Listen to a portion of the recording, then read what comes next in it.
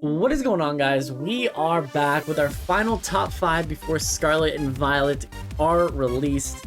I wanted to have a bit of a time capsule this week. So last week and this week we have Megan's top 5, and then this week we have my top 5 favorite Pokemon.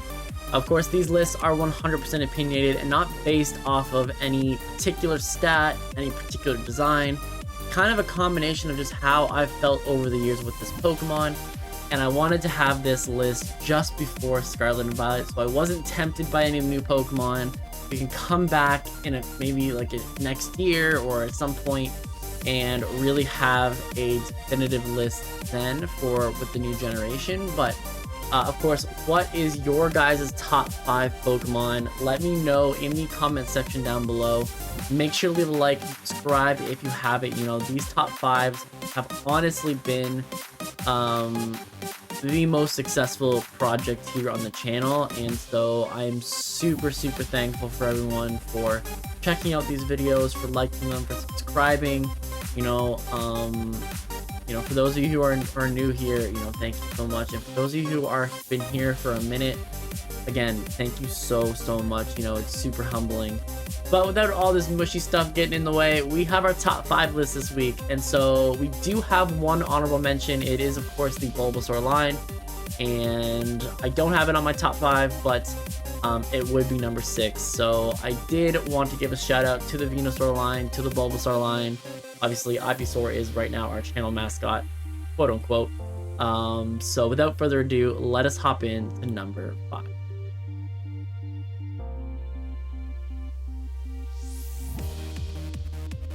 Okay, so at number 5, we have Mamoswine, and for whatever reason, I have always loved the hell out of mammoths.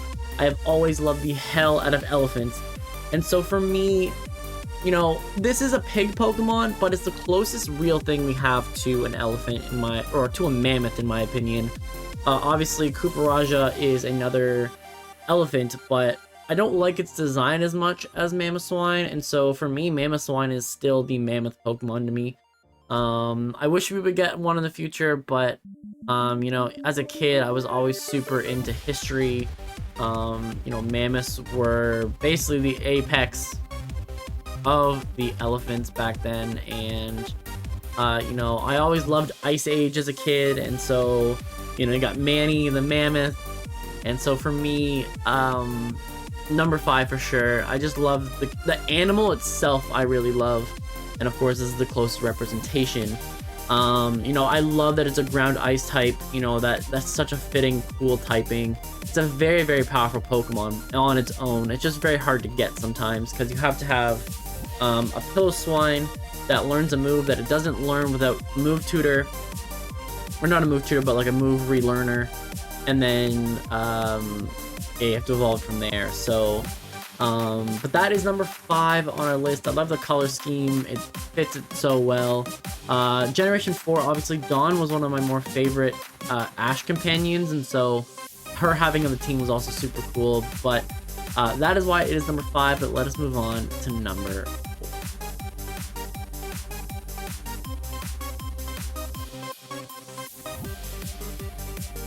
Okay, so at number 4, if you saw our top 5 legendary Pokemon a couple weeks ago, you know that Kyogre is my favorite legendary Pokemon.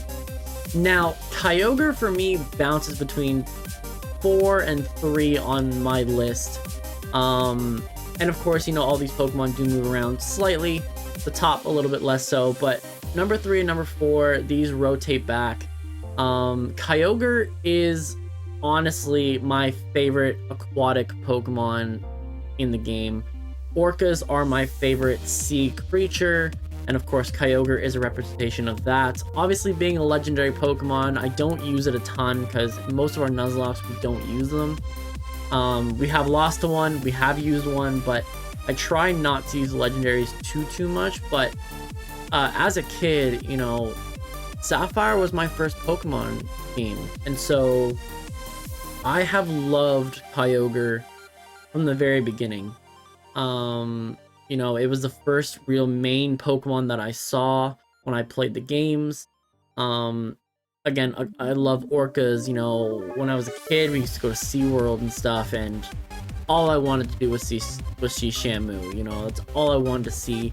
Obviously, Tilikum, you know, is like the largest orca in captivity, and so there was a lot going on there. There was a lot going on. I just loved orcas, and so for me, Kyogre being that, and of course being honestly one of the strongest legendary Pokemon in existence to this point, really just helps that fact. And so for me, I wish there was a non-legendary version of an orca as well, but including a dolphin Pokemon, that'd be sick as well. But for me, that is why Kyogre is number 4. You know, obviously the color scheme makes a ton of sense. I love the red accents in it. When it primal reverts, I love that it kind of gets that like glow, that like avatar state looking kind of vibe to it. I love it, I love it, I love it. But without further ado, let us hop in to number 3.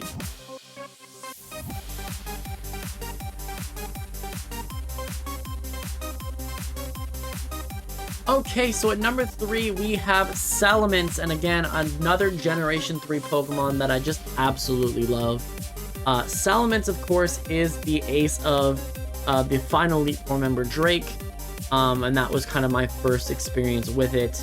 A very, very powerful Pokemon. You know, it reminds me the most of what I envision a dragon to be. You know, the wings, the one thing that I do knock this thing for is that it's like 3 feet tall or something in the games, but in the anime they showed as a giant Pokemon. And so for me, Saphira from Aragon gives me that vibe. But yeah, it is literally what I think of when I think of a dragon in terms of design. You know, Dragonite standing on its 2 legs just isn't really the same. And in terms of the other dragon flying Pokemon, you know, Noivern doesn't really fit the bill for me in terms of what a dragon should look like. And so for me, Salamence is that Pokemon for me. And, you know, I've always had like a medieval thing where, like I said, I've said it in numerous videos, but I am complete history nerd. And, you know, like watching all the medieval movies, you know, Dragonheart and all those other things, all the dragons look like Salamence. And so for me, Salamence just has that design. I love it. You know, obviously dragon, fire breathing, you know, it just fits the bill. Obviously its Mega Evolution is so incredibly powerful as well. And I've got to use this thing a lot competitively. VGC 15, 14, and 16 were really the 3 generations that I played VGC in a lot, and it was dominant in those metagames for me. And so not only was it a Pokemon that I really liked from a competitive standpoint, it was one of my favorite designs, and that is why it is number 3. But let us move on to number 2.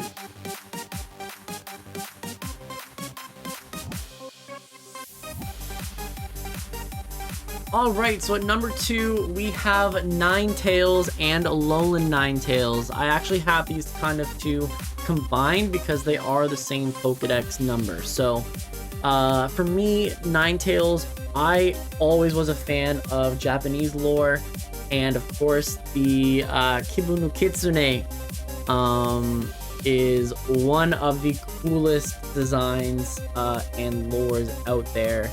And for me, I also watched a lot of shows like the teen, like, okay, so I don't know if people remember, but like was it Much had like a series that was called Teen Wolf, and not the super old one, but like kind of like the newer one that was like a teenage whatever. Anyways,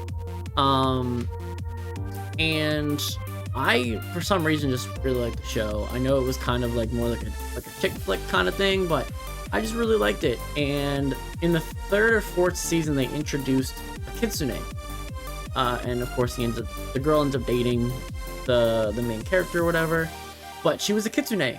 And it was so cool, and it got me right back into Japanese lore all over again. And so for me, the Kitsune for me is just such a cool spirit out there, right?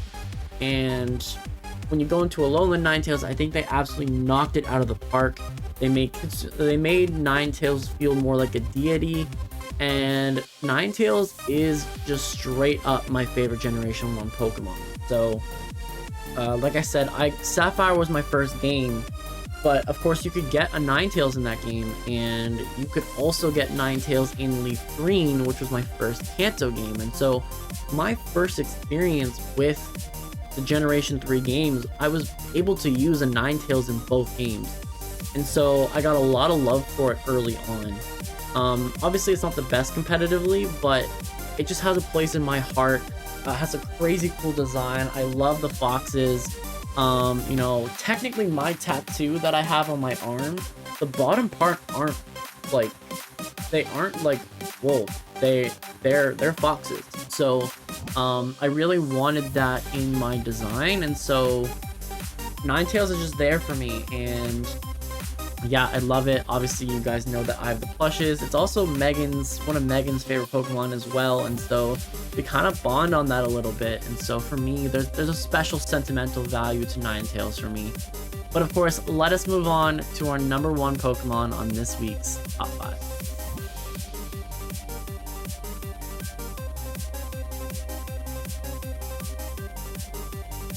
And number 1, we have Lucario, the Aura Pokemon, and based on Egyptian god of the dead, Anubis. And I, as a kid, you know, Egyptian history, I got right into watching every Egyptian pharaoh documentary. I watched all the Cleopatra stuff. I watched all of the Tutankhamun stuff. I watched all of the Ramses stuff. I watched everything when it came to Egyptian history. You know, anything that involved Ra, I loved that. You know, Yu-Gi-Oh! I was super into Yu-Gi-Oh! Too. And of course, they had in the movie with the Pyramid of Light, they had Anubis as the main villain and looked like Lucario, and he was super sick. And I just love everything about it. And so I love the ability to use Aura. They turn this like Lord of the Dead into a very, very pure Pokemon in Lucario. I love that. You know, it evolves with friendship, which means you have to actually have a very close bond for it to even evolve. And then Mega Evolution is the same sort of deal. Obviously in X and Y, hopping back in after not playing for a long time. You know, they have the big statue in Chalor Town with the Lucario and being the first Mega Evolution. And so not only did they hook me back in with, you know, remaking some pretty old and classic Pokemon, they got me hooked in back with Lucario. And so for me, yeah, I mean, the moveset, you know, I like that it's diverse. I like that it can be physical or special. It kind of fits the mold of how I typically play. I really like to have diversity. I don't like to be locked into one thing. And so being able to kind of throw your opponent off with a physical or special or mix set, I know that doesn't live very many hits, but it can definitely knock you out in 1 or 2 hits. And so for me, that is why Lucario is number 1. And of course, this list obviously super fun to make.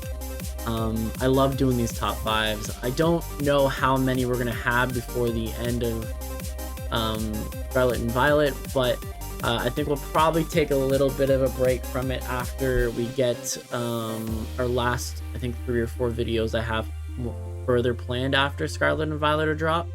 But after that, we'll take a little bit of a break, and then I think we'll hop back into it with a brand new setup, a brand new layout, do different things with it.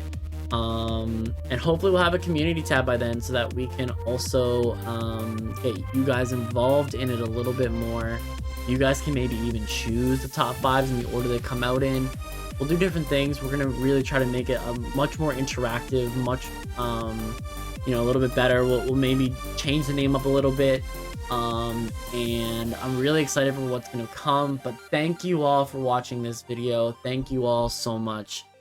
You know, make sure to leave a like, subscribe if you haven't. You know, I think about 75% of you aren't subscribed.